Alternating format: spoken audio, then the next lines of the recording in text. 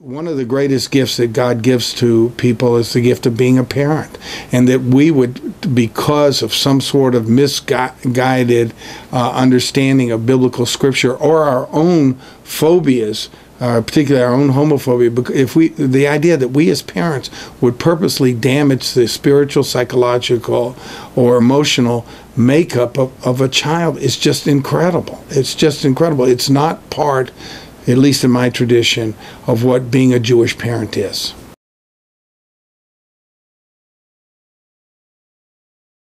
I have to say that this bashing of homosexuals and LGBTs is much more prevalent in Christianity than it is in Judaism. That even includes Orthodox Judaism, the most traditional Judaism that might be against homosexual relationships, but chastising and stigmatizing is just not a part of it. It's more of a part of Christianity. Here in our congregation, I don't deal with those things because we are totally welcoming. We have special programs. We're going to have a special Passover meal later on this year for the LGBT community.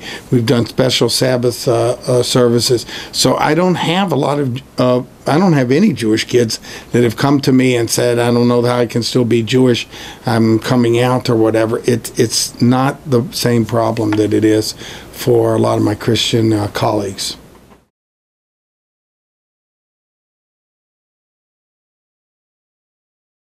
Christians usually misread and selectively read the Torah in terms of homosexuality. For example, Leviticus 18 and 20 talks about that it's a sin for a man to lie with another man, and yet if you look at how that word lie is used elsewhere, in about 80 or 90% of the cases it has to do with violent rape of some sort.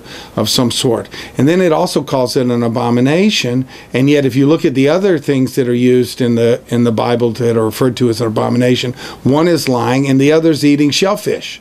Okay, so that's selective.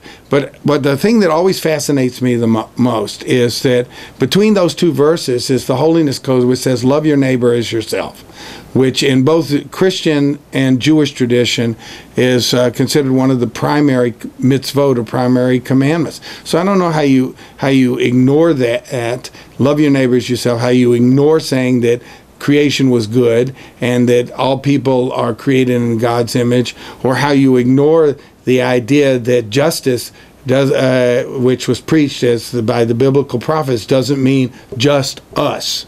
It means justice for all.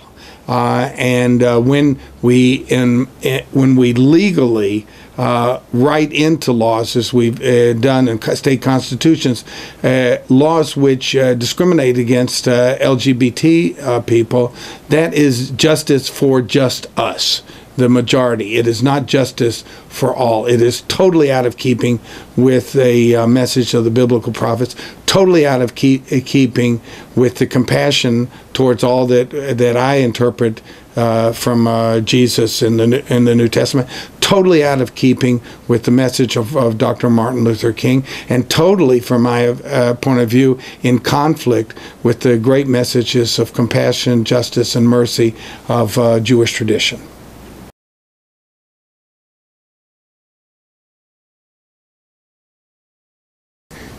As parents, when we raise kids, they go through, beginning with early adolescence and through high school, they go through great periods of identity and ego formation.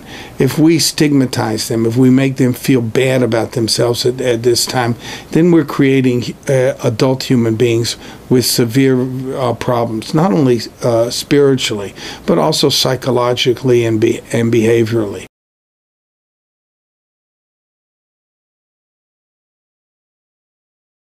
When a young person comes and is saying that they're or that they're coming out to their parents and how they should deal with it, they may or may not be experiencing rejection. I think their parents are usually in shock, okay? But what I really tell them is that it took 40 years for the Israelites to get from Egypt to the Promised Land. It is not going to take that was a journey.